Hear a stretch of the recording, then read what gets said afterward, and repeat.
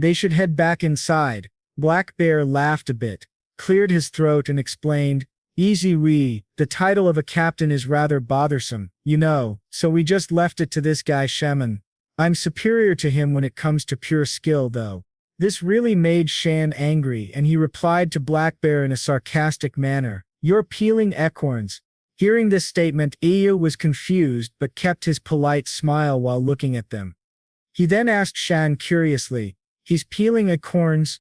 Realizing that Asu was a bit curious and confused by this term, Shan nodded and began explaining, Yeah, we knights sometimes go to the mountains with nothing except our swords to train. We always make the newbies, the ones lacking in skill the most, peel acorns. Because of that we use the phrase peeling acorns to mean someone is bullshitting or getting in the way like newbies do. Listening to this explanation, Black Bear joined in with a prideful manner and said that during the training he never had to peel acorns, adding that people closer to their rank would never have to peel acorns either. Meanwhile, Shan and Cheetah glared at Black Bear with anger and fury.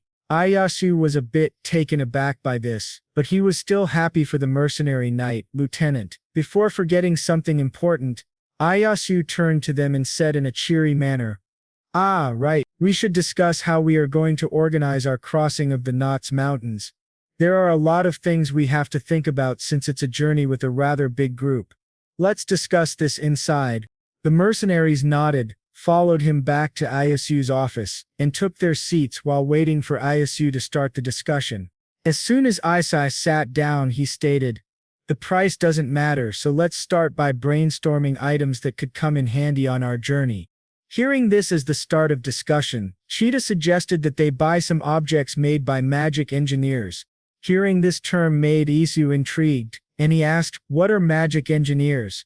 Cheetah nodded and explained clearly, Magic engineers are capable of creating objects that hold the power of magic. For example, the magic of a fire mage could be condensed into a box. When thrown, that object could become a weapon capable of spitting flames.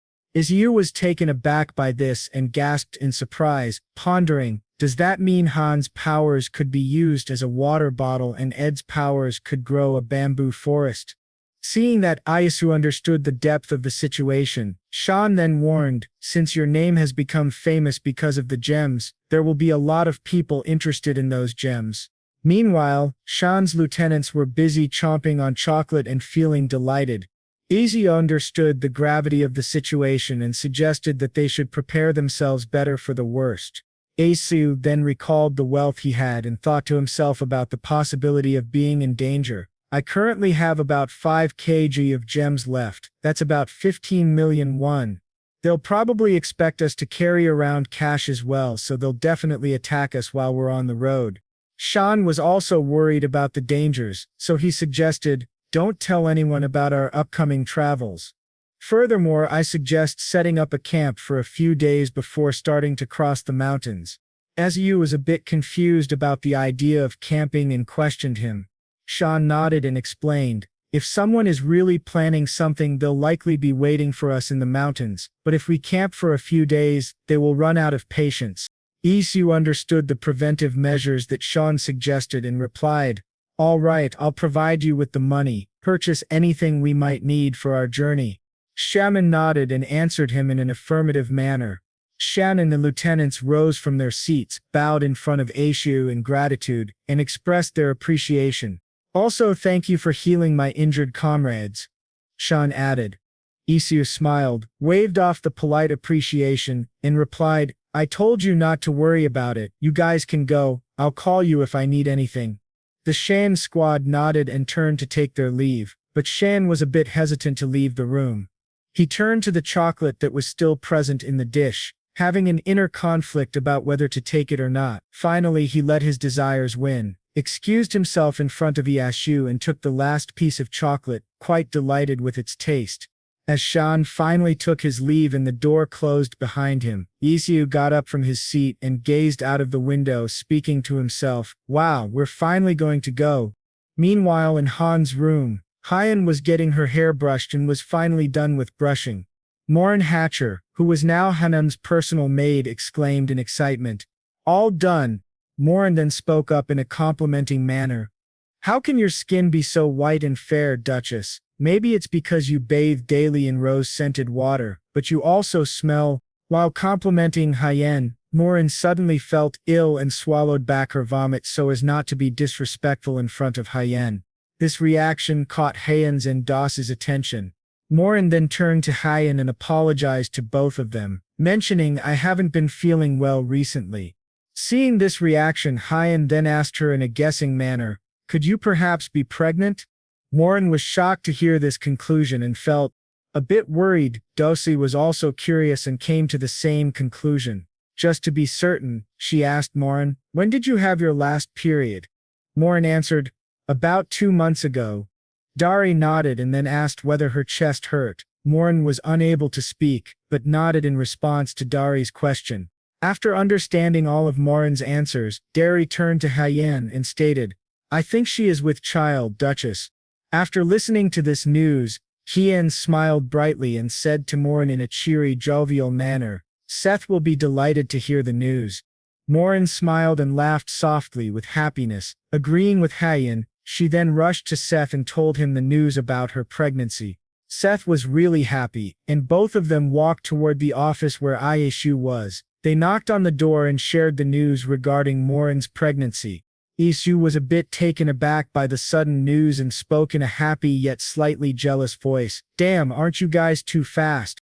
The couple was a bit embarrassed and a pink blush formed on their faces. Isu sighed and congratulated them in an earnest and cheerful manner. Morin was grateful for the congratulations and thanked Isu. Realizing the gravity of the situation, Isu then questioned the couple. "Neither of you have crossed the Knots Mountains before, right?"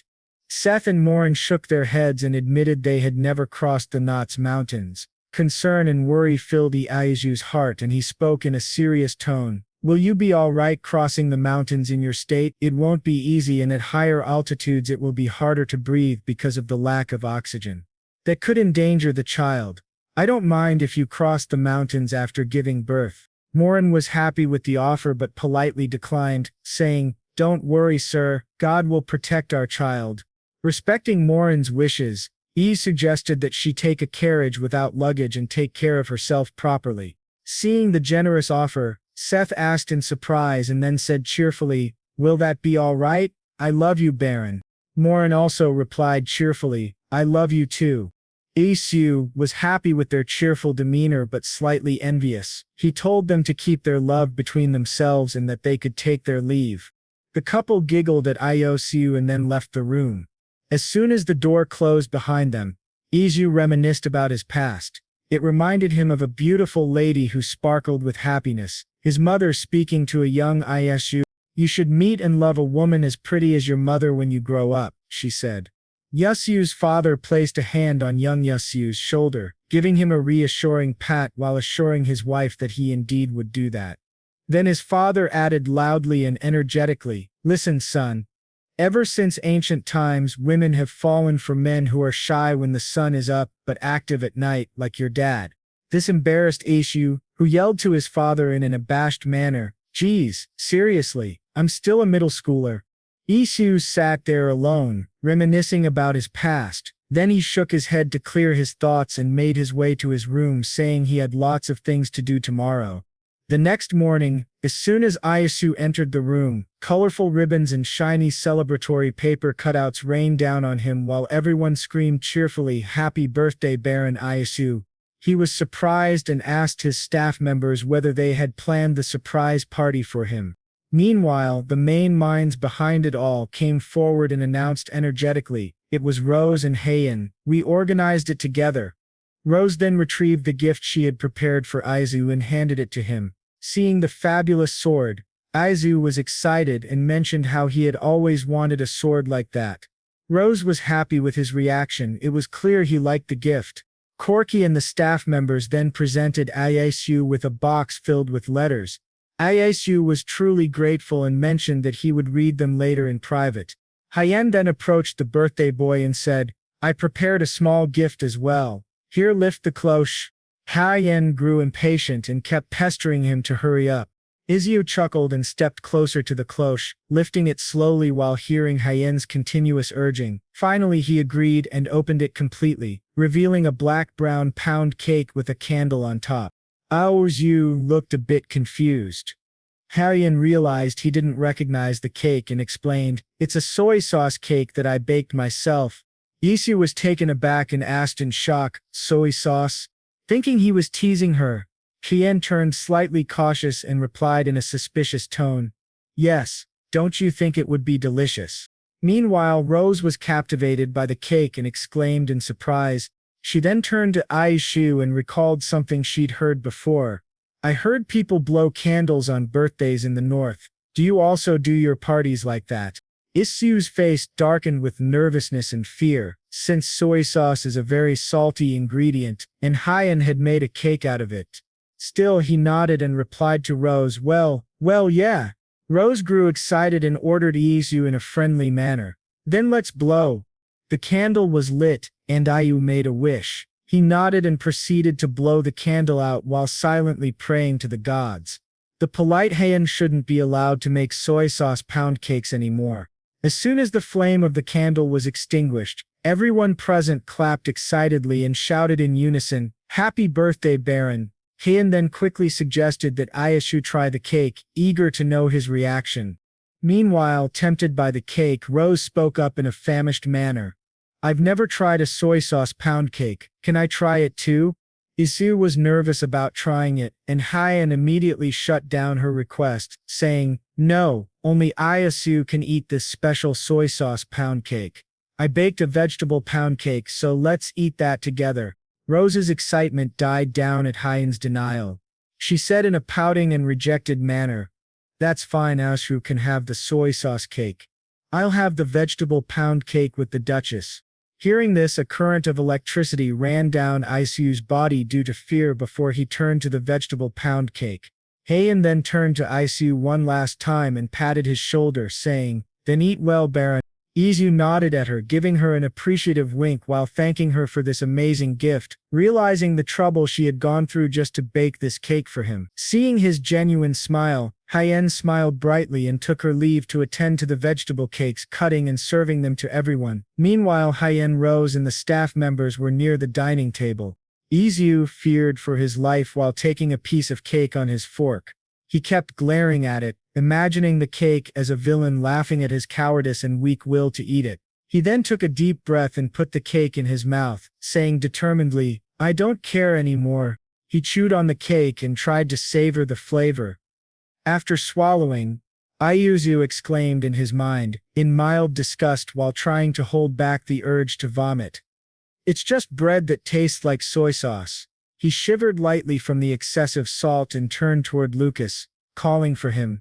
Lucas approached Isu, who gestured politely, offering him the cake while trying to mask his disgust so as not to hurt Hyen's feelings. "Try this. There's too much for me to finish alone." Lucas was a bit taken aback and replied in a shaky voice, "But the Duchess specially prepared it for you." Isu nodded, acknowledging that Hyen had prepared it for him, but he still insisted that Lucas try the cake. Lucas finally gave in to Isu's sweet insistence, picked up a fork, and took a bite of the cake, chewing it carefully while enjoying the flavors. Seeing Lucas chew on the cake, Isu watched him with anticipation. After swallowing, Lucas exclaimed delightedly, "It's really delicious." Isu was surprised by this and asked, "Oh, really?" Lucas nodded, adding in a chuffed manner that it had been approved by the chef, the best in all of Araman, so there was no doubt that the cake was indeed delicious. Isu analyzed the cake again, wondering how it could be so tasty, and asked Lucas in confusion, "Seth approved this?" Lucas nodded affirmatively. "Yes, Baron. Any problem?" Isu shook his head nervously and awkwardly. "No, there's nothing wrong. You can go back to enjoying the vegetable cake." Lucas smiled and rushed back to the dining table. Meanwhile, Isu placed the cake on a table and reluctantly ate it, thinking, "I'll eat as much as I can for her." After finishing the whole plate, Isu handed it to one of the maids, his face pale and his stomach full. Seeing the finished plate, Hyen asked curiously, "How was it?"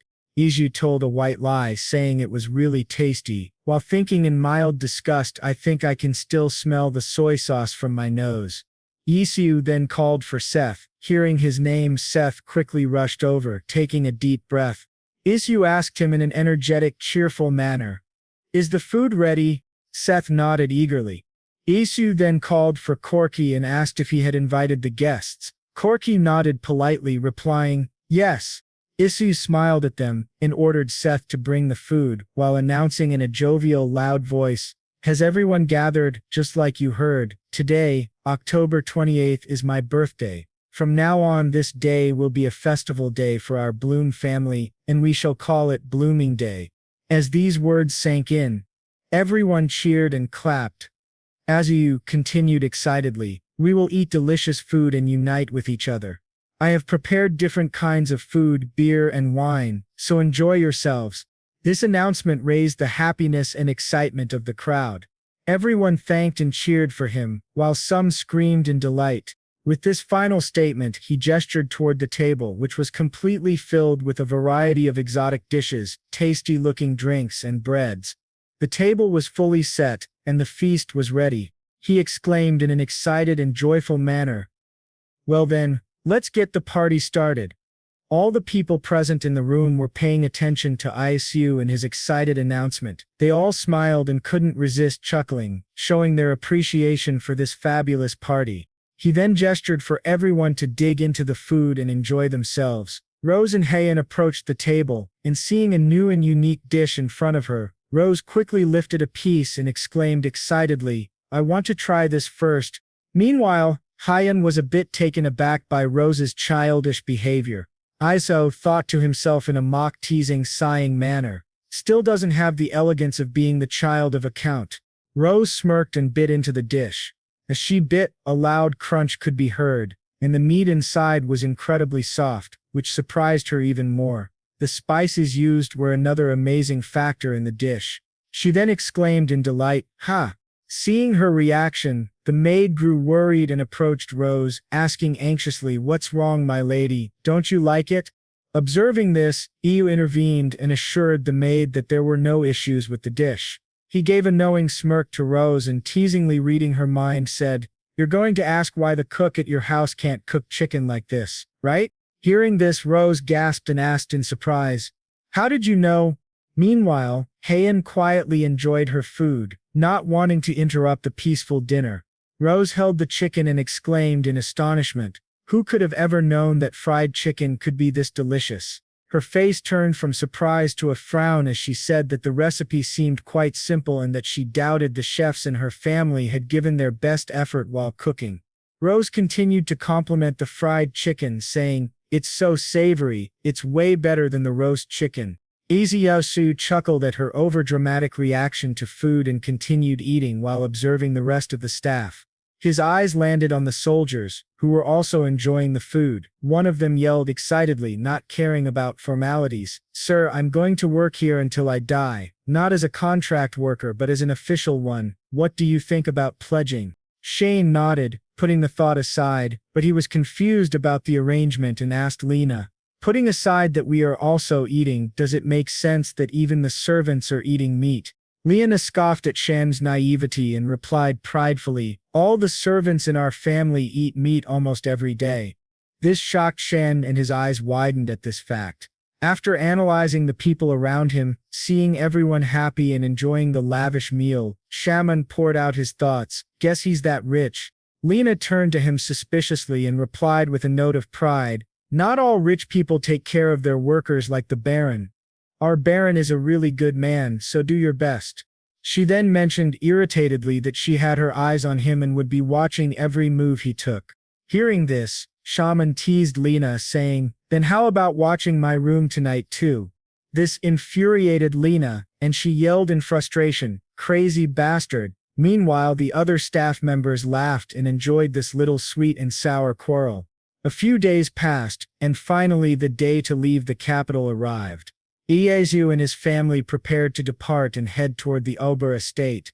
As Isu supervised the staff, he was glad they were ready to leave the capital. Corky interrupted Isu, saying that all the packages were loaded into the carriage and ready for departure. He bowed in front of Asu and cautioned, "Be careful on your way there, Baron.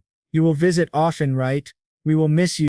Isu smiled and assured them he would visit, also telling Corky that if he ever needed anything, he could contact Pangs. Meanwhile, a new butler, experienced and sophisticated, assured Asu that he would do his best for him. Asu gave Pangs an appreciative nod and thought, "Corky introduced him to me, so I guess he is trustworthy." Feeling giddy, Rose announced cheerfully to Asu that they would leave first. Meanwhile, Heian shook her head in defeat and followed Rose. Asu nodded and gave them permission to leave first. Lucas then informed Asu that Mino and Yor had also left the capital. Asu nodded at this information and turned to Lena, saying, "Lena, let us go too." Lena nodded and sat in the same carriage as Asu. In the middle of traveling, Izu stretched his sore muscles and aching bones. He then informed Lena that he was going to take a nap for a while and suggested that she rest too. Izu rummaged through his bag, took out a warm, comfy blanket, and offered it to Lena. Lena was a bit shocked by this offer.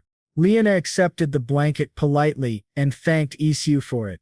Isu gave her a warm smile and fell asleep, resting his head on the carriage door's frame, sleeping soundly. Meanwhile, Lena was lost in her dreamy world. Seeing Isu's sleeping face, she wondered, so this is what he looks like while sleeping. I wonder how good it would feel to be his woman. After traveling for a while, the carriage came to a halt. The carriage master walked back to the window and informed Ayaosu, "Baron, let's stay here for a while."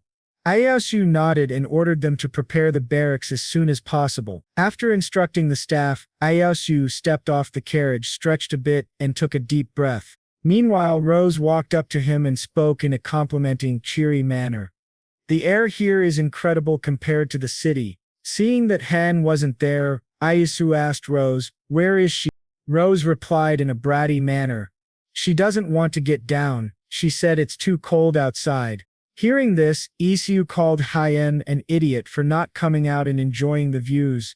Rose chuckled a bit, but then her laughter died down and she asked Isu hesitantly and fearfully, "Baron, I'm a little nervous. We can get there alive, right?" Seeing her vulnerable for the first time, Isu's expression shifted from enjoyment to worry. He wondered if he was putting the people he loved and trusted in danger just because of his wealth. Suddenly a shiny carriage appeared in front of them, shocking Ayasu, Rose, and the soldiers guarding them. Seeing an unidentified carriage, the soldiers stepped forward to protect Ayasu and Rose, yelling in intimidating voices, "Who are you?" The horse pulling the shiny carriage jumped in fear, halting the carriage immediately. Seeing the beautiful carriage, Isu was confused as to why such a high-class carriage was here. The owner of the carriage stepped out, replying to the soldiers in a cheery, reassuring and teasing tone, "Aren't you too mean? Did you plan to leave without me?" Hearing the familiar voice and seeing the same blonde hair that had helped him before, Iu was a bit surprised. Meanwhile, Elena quickly stepped out of the carriage and instructed the soldiers to lower their weapons, as the person in front of them was not a threat. Idro then stepped out of the carriage and revealed himself as the owner of the fabulous carriage. Lena announced to the soldiers, "It's the wizard who's friends with the Duchess."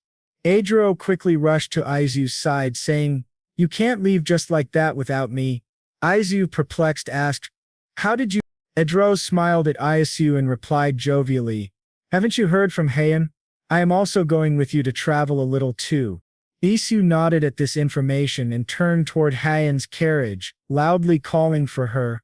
"Heian, Idro is here. Did you know about this?" She peeked out of her carriage window, then kept her mouth shut, remembering the times he had troubled her. Feeling irritated, she slammed the window shut with a loud thud. Seeing this quick and rude behavior, Idro cried out hurtfully, "Hey! Aren't you being too mean?" He then rushed toward Heian's carriage, waving back at Iasu and informing him that he was going to her carriage to have a little chat. Seeing Idro's excited and unpredictable behavior, Azu smiled warmly but was still taken aback by his sassy encounter as Idro entered Heian's carriage. Rose was quite intrigued by this sudden interaction and placed her hand on Iasu's shoulder. Iasu, confused by the sudden touch, flinched a little. Rose smirked and teased him in an annoying manner. Baron, what's up with those two? What's their relationship? Seeing her dancing and irritating him, Iu gave her an annoyed glare and replied, I don't know, while still sensing that there was something between Edro and Hyen. Rose continued pestering, saying, that elf is the most handsome elf I have ever seen in my whole life. Unable to contain her excitement, Rose rushed off to Hyen's carriage to introduce herself and make acquaintances with Edro. Meanwhile, Isu was left in shock, thinking about Edro's sudden arrival. He pondered, even if Hyen did say okay, I wouldn't have expected him to really follow. Well, I could get some help from Edro in some situations. Hans called out to Isu, informing him that he could move to the barracks now. Isu gave Hans an appreciative smile and walked toward the barracks, thinking deeply and worrisomely, we should sleep outside for 3 days, right? I hope nothing much happens. Seeing the tense and worried look on Isu's face, Hans grew a bit concerned and spoke in a carefree manner. Mr. Isu, do you have any concerns? At this, Lucas interrupted and corrected Hans' way of addressing Isu, saying, Baron. Hans quickly changed his carefree tone to a polite and formal one, and addressed Isu as Baron. Isu then walked toward both Hans and Lucas, and expressed his worry, it's just that I'm concerned we might come across bandits. Realizing the reason behind Isu's worry, Hans stepped forward, proudly hitting his chest while assuring both Lucas and Isu that if the bandits ever dared to step in the vicinity of this area, without even caring for his life, Hans would jump in front to protect both Lucas and Isu. Lucas was a bit surprised by Hans's performance, and got slightly irritated when he included him. He replied to Hans in an annoyed manner, why did you include me, just protect the Baron? This made Hans a bit sad, and he tried to counter Lucas's words but was stopped by Isu, which concluded the mini-fight between Hans and Lucas while Isu was comforting them. Then a sharp arrow shot from an unknown location, flew toward them and landed dangerously close to Isu's barracks, threatening and alarming everyone in the area. Seeing the arrow, the soldiers immediately raised an alarm, yelling loudly, an ambush, we have enemies. Suddenly more arrows were shot, aiming at Isu and the staff members beside him with the intention of injuring them. The arrows traveled incredibly fast, which made Lena's worry rise and she called out in fear, Baron.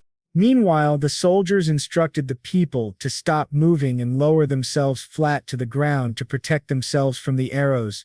Seeing the arrows heading toward him, Isu rummaged in his pocket to find the protective capsule he had prepared for such events during their travels. Seeing the urgency, Hans stepped forward and stood wide to protect Isu and Lucas from the incoming arrows. Seeing this, Isu screamed in terror. Hans! As his name was called out, an arrow hit with incredible speed and force, piercing Hans's shoulder. He winced in pain but stood strong to protect the people he adored. Isu's mind shook, but he gathered his nerves and threw the capsule to form a protective shield around them, preventing further injuries to himself and his staff. As the shield formed, Isu quickly knelt beside Hans and asked in a worried tone, Hans, are you all right? Even in extreme pain, Hans turned his head and assured Isu, I'm fine. Lucas then instructed Isu in an alarming manner to stay down as they did not know the bandits' location. The soldiers quickly rushed beside Isu with their shields, yelling loudly, everyone, raise your shields around the Baron. Ensu then shouted in a loud voice to ensure he was heard, get in here everyone, hurry. Meanwhile, Lucas kept an eye on people who were in danger. His eyes landed on a woman in the vicinity of the arrows, which could pierce her heart. Lucas yelled her name, Kenna. Meanwhile, Kenna was frightened. Her legs became weak from fear and she couldn't get up from the floor to protect herself as an arrow headed straight toward her. A tree branch grew and struck the arrow, diverting its path and protecting Kenna from injury. Startled, she fell back onto her butt, the adrenaline in her body subsiding.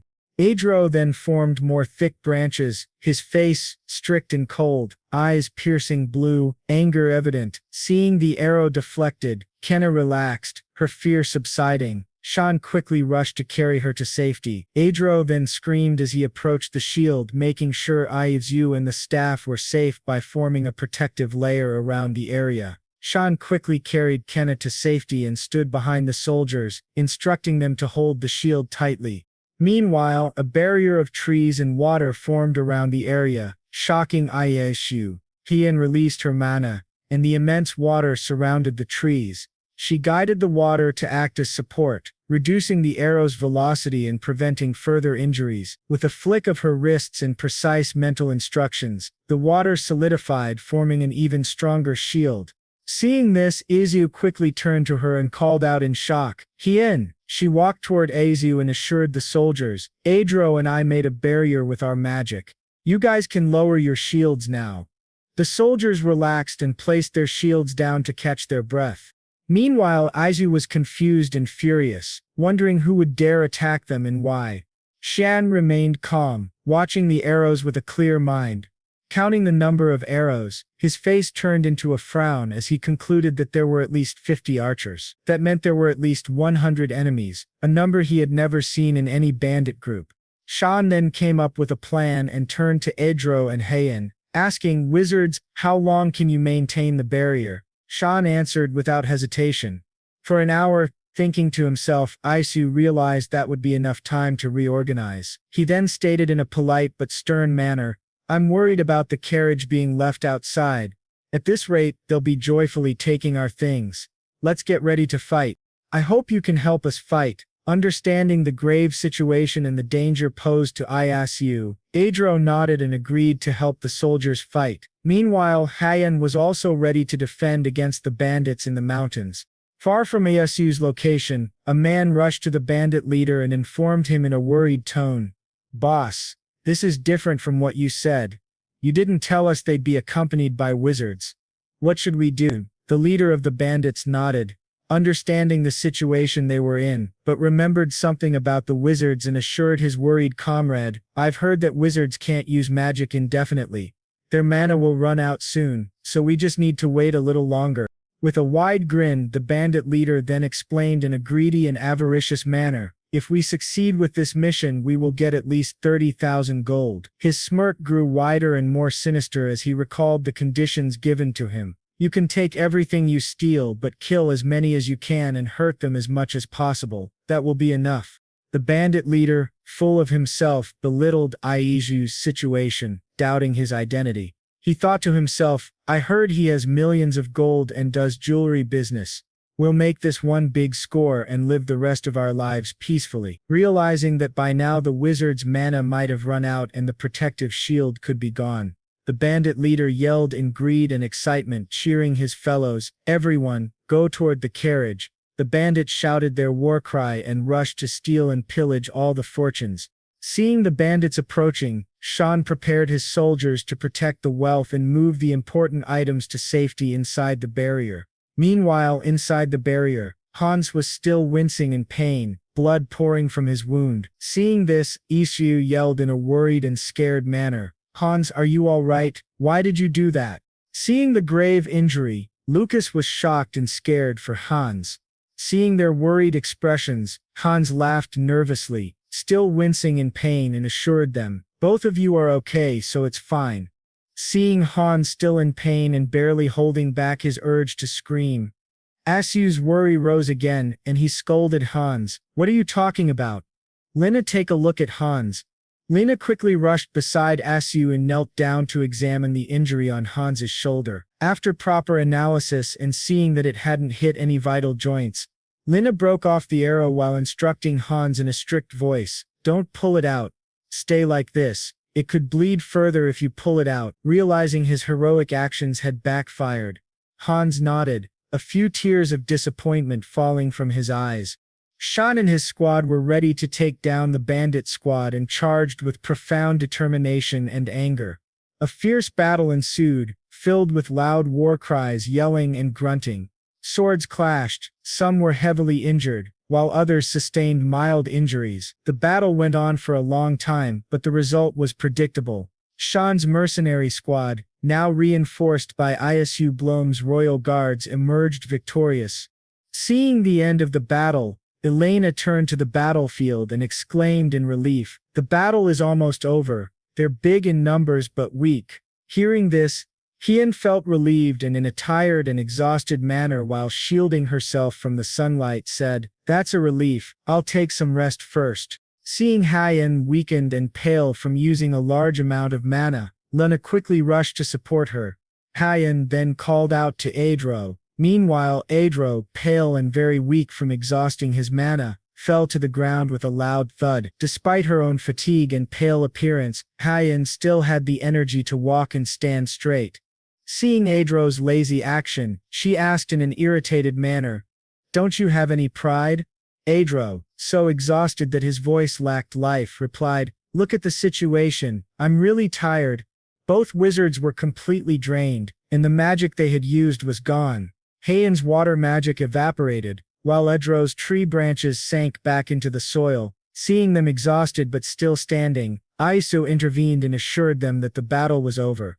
Meanwhile, Hans was pale from the arrow attack, and Lucas, being a strict brother, scolded him for not moving enough. Sean then interrupted the casual conversation, calling for Isu and dragging the captured bandits before him. Seeing the captives, Isu's anger boiled. He gritted his teeth, knowing Hans had been injured and that there was a possibility he could have lost his hand forever. Controlling himself, Isu asked the captives in a low, threatening voice, his eyes cold and filled with fury, "Who ordered this?" The bandit leader was a bit taken aback by Isu's question, and with a shaky voice lied, "What do you mean? We just heard that you are rich, so we were trying to rob the carriage." Meanwhile, the comrades of the bandit leader, fearing for their own lives, blurted out the truth. "That guy told us there was something big and hired us." Another bandit agreed, "Yes, we just followed him here." Shen wasn't convinced by this story. With a suspicion-filled voice, he asked the bandits again, "Nothing unusual." He then firmly pulled the rope and added, "You should think carefully about what you're saying. If you speak the truth, your lives might be spared, depending on your answer." Realizing the weight of Shen's words, the hired bandits, terrified for their lives, finally confessed. One yelled, "We saw him go to the village with a lot of money." This news shocked the other hired bandits, and one of them exclaimed in surprise and fear, "What? Without telling us?" The hired bandits were furious at the man who had employed them. The bandit leader, gritting his teeth in anger, tried to assert control, but the fear of execution still weighed heavily on them. Shan yelled for them to calm down. After hearing the proper reasons and answers, Isu repeated his words in a cold, calm manner, sending shivers down the bandits' spines.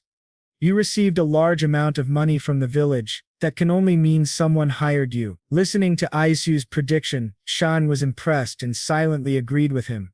Isu then went quiet, though his eyes burned with fury. In a suspicion-filled voice he thought, "There is someone I can think of who would do such a thing."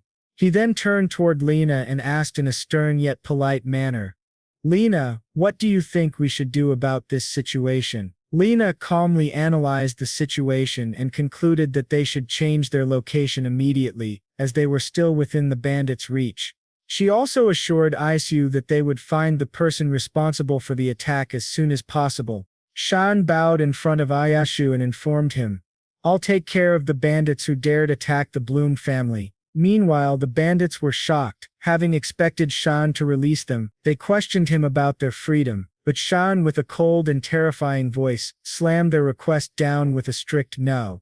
After spending some time dealing with the bandit squad, Shan returned to Isu's side to report, "We were told to go to Demarian, 33rd Street if something happened."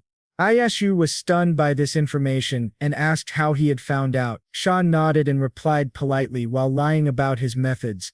"The captives told me when I asked politely. I'll take 10 men and send them back. We also have to look for the horse that ran there." Isu nodded and complied with Shan's request, assuring him they would follow his instructions. Isu then turned to the staff members, ordering them to pack their belongings and reorganize everything to shift their location. When Akriosu noticed Hans's pale and exhausted face, he yelled in terror and worry. "Hans!" Lucas was beside Hans, supporting him through the painful experience. Akriosu asked Reina to examine the injury. She confirmed it was poisoned and added that the arrowhead had been coated with toxin. Akriosu questioned if she had brought antidote capsules and commanded her to administer them immediately. The antidote capsules, created by magic engineers with the help of healing mages, were quite expensive. each costing over 300 gold. Isu thought to himself that it wasn't the time to worry about money. Hans and the others were given the antidotes. Isu asked Hans about his health, and Hans replied that thanks to the medicine Isu provided, he felt better. Isu was relieved and made a mental note to take responsibility for the incident later in the evening. They cremated the 3 dead people. Sean thought to himself that there had been 5 injured people in total. If they had pressed forward, those injured would have likely died from blood loss. Despite Isu's gentle appearance, Sean realized he possessed a strong resolve and must be carefully considering his next steps. Meanwhile, a woman observing Isu and the others from behind the trees thought about what she should do. Quietly, she sneaked into a tent, planning to take advantage of the confusion. As she entered, Reina asked, "Who's there?" The woman revealed herself as an elf with purple hair and said, "It's me. You haven't forgotten me already." Reina called her mage. The elf explained that she had come to see Heian and requested some time to speak with her alone. Heian questioned her presence and asked if she had been following her. The elf replied, "No, it's not because of Ilona." Heian remarked that the elf had said she would tag along with her, no matter how prestigious Lady Priscilla might be. It was a bit much. Then Priscilla replied that she acknowledged it and apologized for it.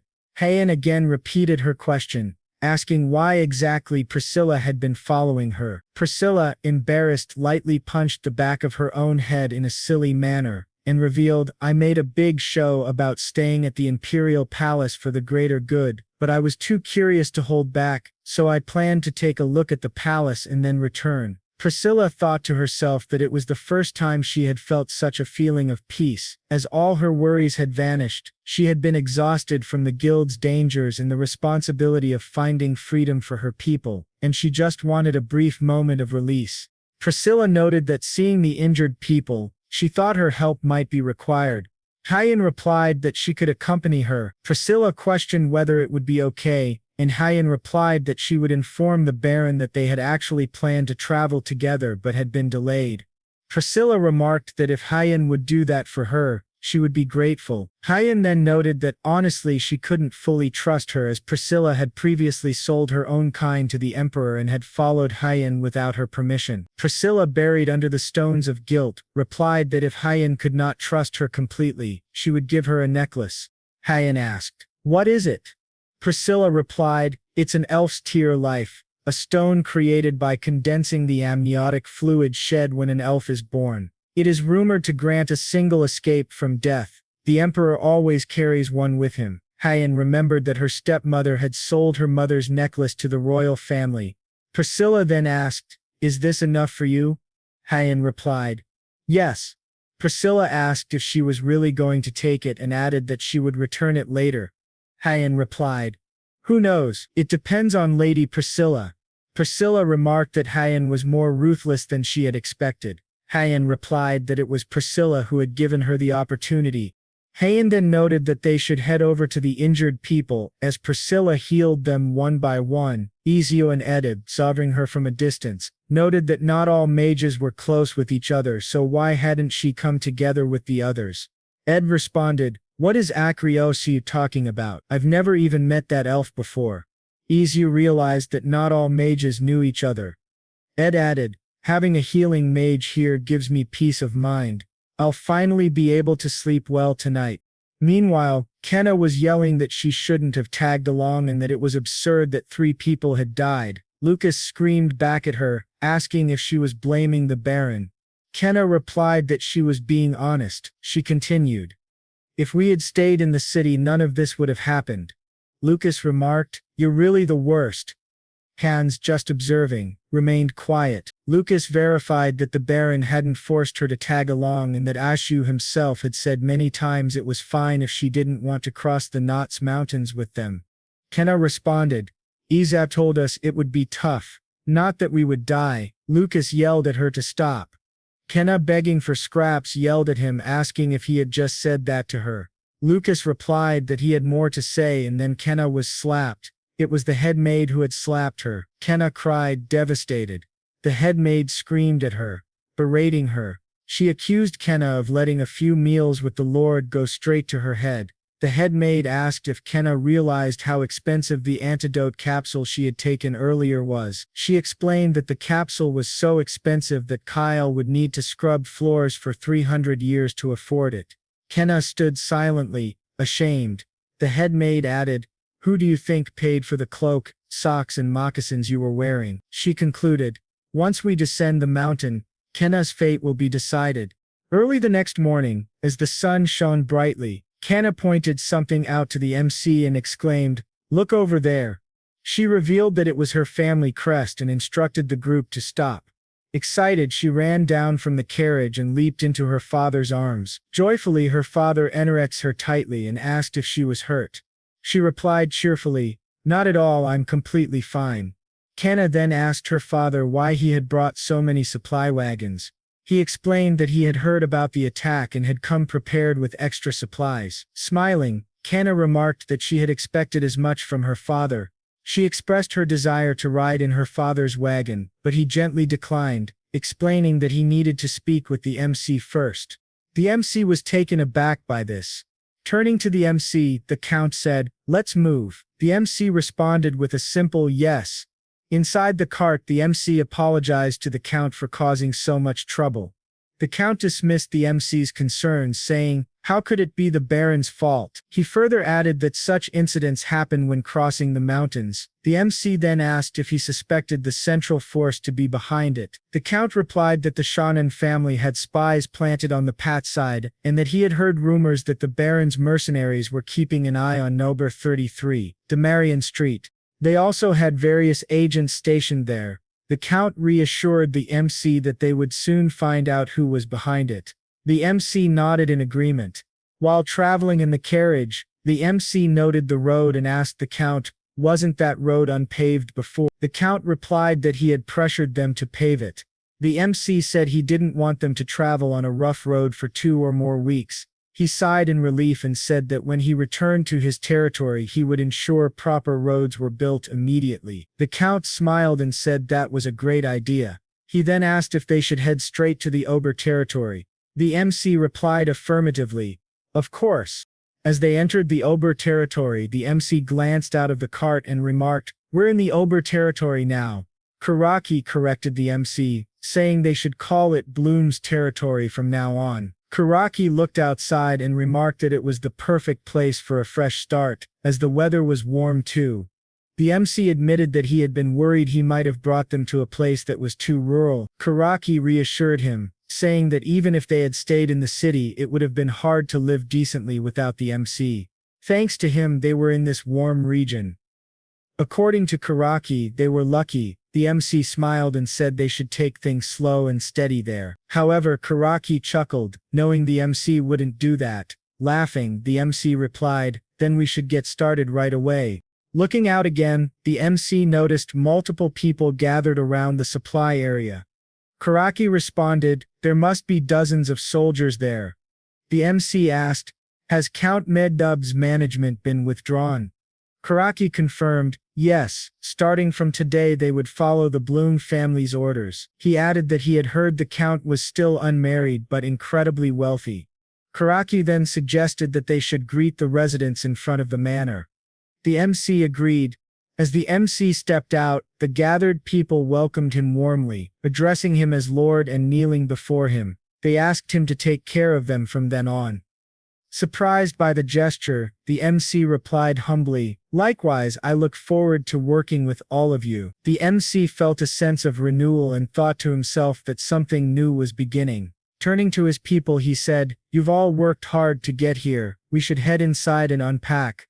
They responded enthusiastically, "Yes." Suddenly, Heian approached the MC along with Priscilla, saying she had nothing to do and would join him.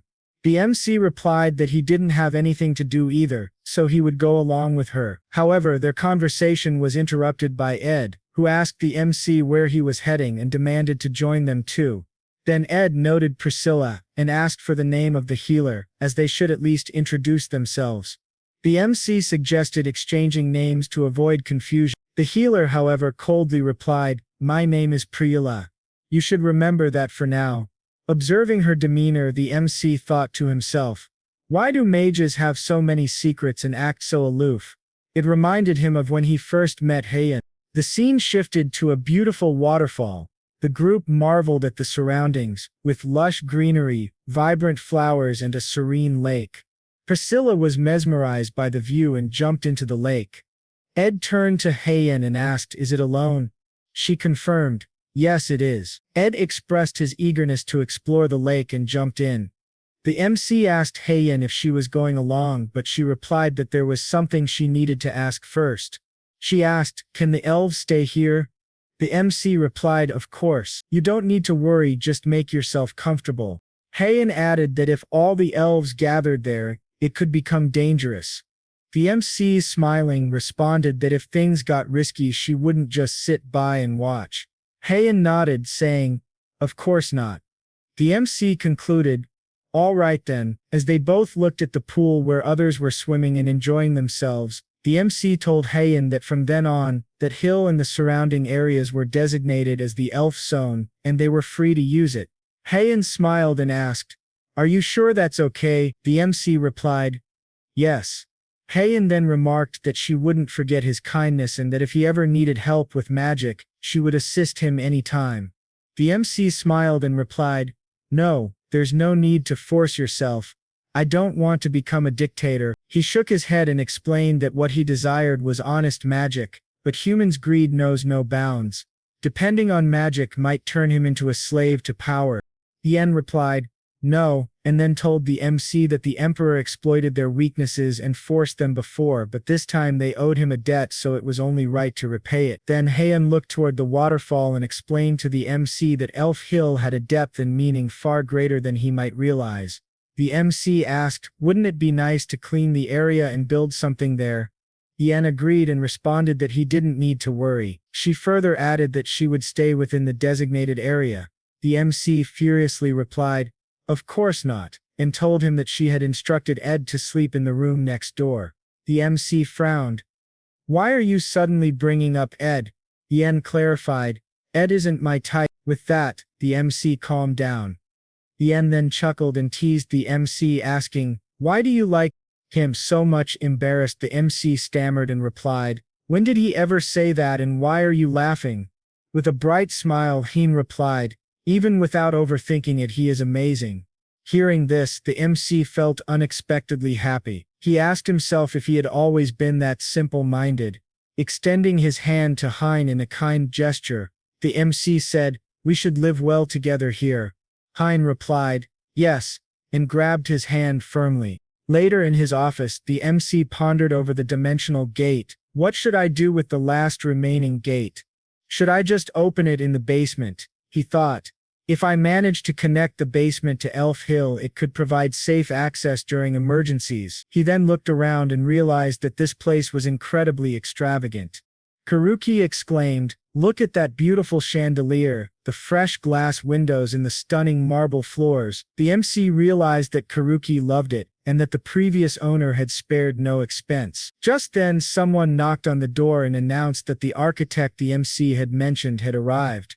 Karuki opened the door for the architect, who greeted the MC saying, "MC, as Lord Bloom." The MC told him to have a seat. The MC thought to himself that the first step as a lord was planning the city. He began discussing his plans, saying they needed to start road construction immediately, beginning from Medit State in the east. Their top priority was paving the road to Ober State in the west. He further added that they also needed to establish a marketplace around the Lord's Manor, along with a public well and a library. The MC emphasized the necessity of careful planning for the plaza and other public facilities. The architect agreed. The MC continued, adding plans to build 3 mansions nearby for the nobles and near the lake southwest of the manor. The architect was puzzled, as he couldn't see a lake on the map. The MC assured him that the water mage would create the lake for them. He continued by saying that around the lake they would plant a sunflower garden. The buildings would be constructed with white bricks and blue roofs, keeping a consistent uniform style. The architect raised a concern. "Blue paint is quite expensive." The MC replied, "Since it's a tourist area, we should at least invest that much. Also, along the river we will need workshops or public facilities with water wheels." The architect said he would take his leave and get started. The MC responded, I will be counting on you. The MC then called Lucas and asked, what tax rate did the Medich family use? Lucas replied, they typically collect 25% of the harvest from tenant farmers, including property and defense taxes. It's about 30%. The MC raised an eyebrow. 30% of the harvest, Karaki interjected. Only 30%. The MC asked, is there a problem? Karaki explained that the typical tax rate for peasants in the Man Empire is over 50%. Lucas added, that's why people respect Count Medich. Additionally, they only require 2 days of labor service per week, whereas the Pat family demands 3 or 4 days. The MC decided they would follow a similar model to the Medich family. Koki expressed concern saying, if we lower the tax rate and reduce labor service it might cause issues. The MC reassured him, we would still collect 30% of the harvest. If the harvest increases, won't the tax revenue naturally increase too? Koki asked if the MC already had a plan. The MC nodded. Exactly, we will use the Nora farming method instead of the traditional 3-field system. He further explained that in the 3-field system, 1/3 of the land is left fallow, reducing income. With the Nora method, he continued, we'll divide the land into 4 sections for crop rotation, eliminating fallow fields. Lucas and Karaki were impressed, smiling as they listened. The MC continued, instead of leaving land empty, we will plant crops that restore soil fertility. It's called the 4-crop rotation method. A knock on the door interrupted their conversation. Salman entered, announcing that Cheetah had returned with information. The MC told him to let them in, and asked, how did it go? Salman replied, they captured him but couldn't uncover who was behind it. The MC furiously remarked on the client's identity. Cheetah revealed that he was a merchant who traded between Manhwa harbor and the city. The MC considered that linking it solely to the Pait family was a bit of a stretch. The MC asked his men if they had made contact with Count Medich and the people of Cronin. One of his men replied, yes. According to the spy planted by the Cronin family, he has met with Count Piet multiple times. The MC thought to himself that there still wasn't solid proof that the Piet family was behind it.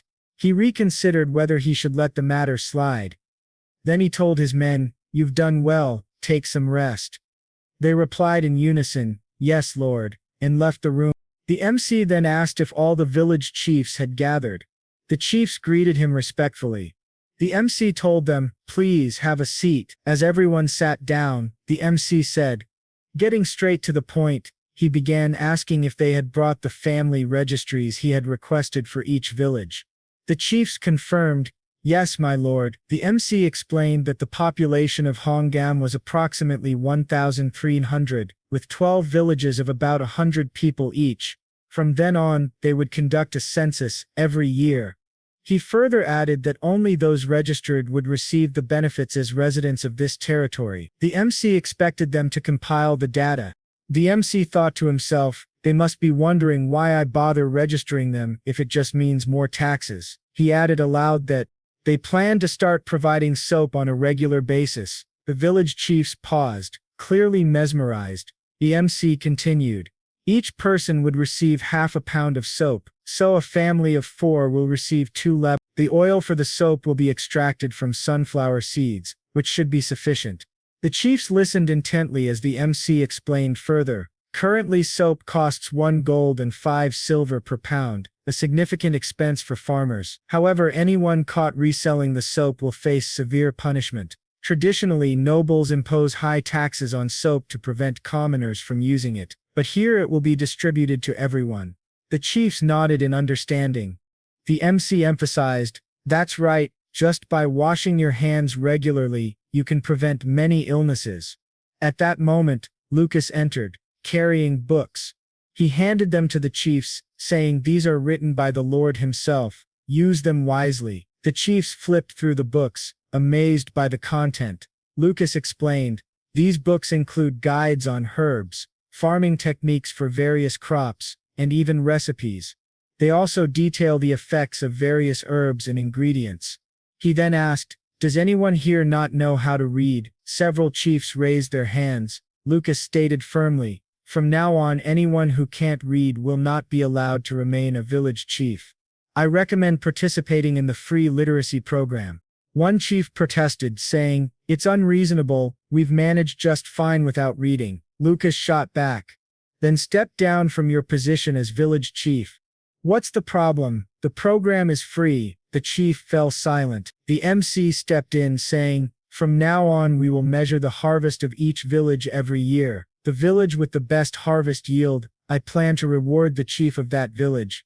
The chiefs were surprised, and asked if it was true. The MC assured them, "I never go back on my word, you should all work together." The meeting concluded, and the chiefs left. The MC's eyes sparkled as he turned to Lucas and Karuki. "Now we should discuss issuing a lottery." Karuki and Lucas seemed intrigued. The MC elaborated. "There will be 3 types of lotteries. First, a citizen-only lottery. Each ticket costs 5 copper, and it will be drawn monthly. The prize is 100 gold and only registered citizens can claim it," he continued. Second, a general lottery. Tickets cost 1 silver and 15% of sales will be taxed for operational costs. This is open to anyone, with a prize of 100 gold. Lastly, he explained, the instant lottery will cost 1 copper per ticket. The first prize is 20 gold. The second prize is 1 gold. And the third prize is 5 copper, redeemable immediately. To prevent counterfeits, each ticket will have a unique mark with a high-end seal.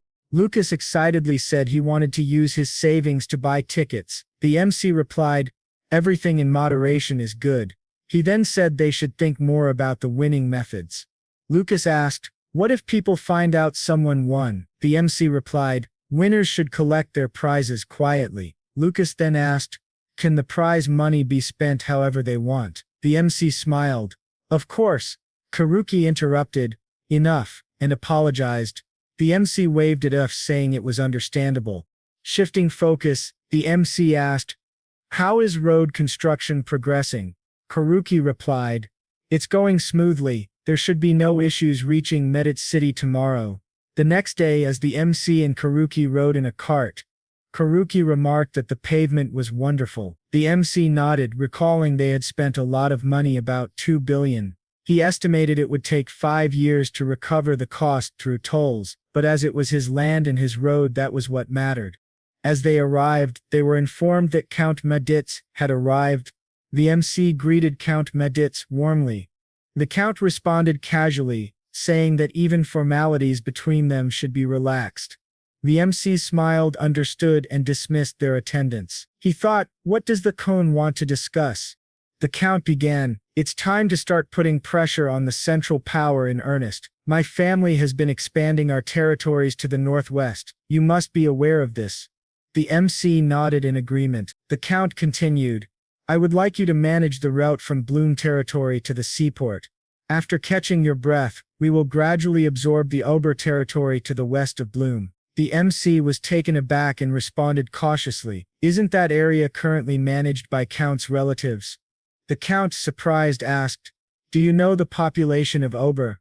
The MC replied, "A bit over 10,000.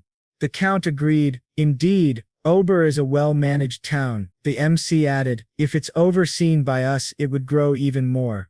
The Count smiled, replying, "I might be putting a bit of pressure on you again." The MC casually denied it while sipping his tea.